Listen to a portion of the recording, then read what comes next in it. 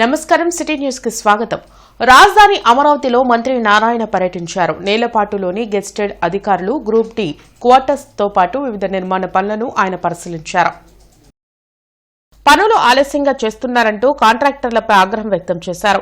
రాజధాని అమరావతిపై వైసీపీ చేస్తున్న అసత్య ఆరోపణలను ప్రజలు నమ్మే స్థితిలో లేరన్నారు.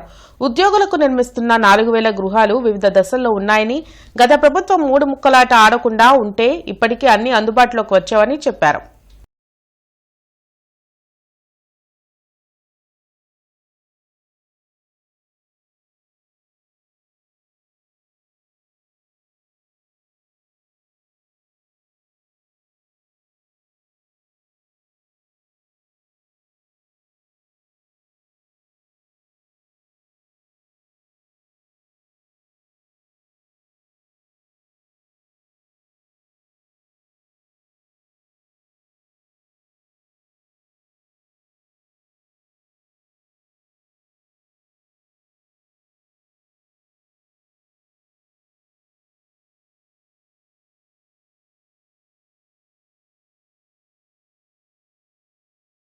నవంబర్ నుంచి వర్క్స్ ఎంతో వేగవంతంగా జరుగుతున్నాయి.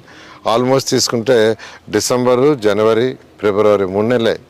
ఈ 3 నెలలలో ఎంతో వర్క్, అటు హౌసెస్ కావచ్చు, రోడ్స్ కావచ్చు, ట్రంక్ రోడ్స్ కావచ్చు, లేఅవుట్స్ రోడ్స్ కావచ్చు, ఐకానిక్ టవర్స్, అసెంబ్లీ కానీ, హైకోర్టు కానీ, అదేవిధంగా 5 అడ్మినిస్ట్రేటివ్ టవర్స్ కానీ ఎంతో వేగవంతంగా జరుగుతున్నాయి. ఇవన్నీ కూడా అనుకున్న టార్గెట్ ప్రకారం ఏదైతే వాళ్ళకి టెండర్ టైమింగ్స్ ఇచ్చామో దాని ప్రకారం వాళ్ళందరూ కంప్లీట్ చేస్తారు. అంటే అసహనం అంటే ఒక టార్గెట్ పెడితే ఆ టార్గెట్కి చేయాలా, ఆ టార్గెట్కి చేయనప్పుడు కొద్దిగా గట్టిగా మాట్లాడతాం. ఫర్ ఎగ్జాంపుల్ డోర్స్ చెప్తాను. ఫ్రంట్ డోర్స్ అన్నిటికీ ఆర్డర్ ఇచ్చుకున్నారు, తెచ్చేశారు, జరుగుతూ ఉంది.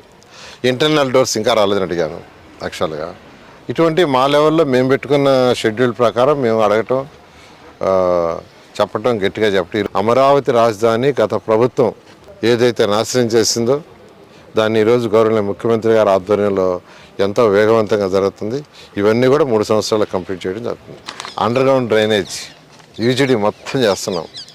అదేవిధంగా ఎలక్ట్రికల్ కేబుల్స్ అన్నీ గ్రౌండ్లోనే, ఇట్లా ఓపెన్గా ఉండవు.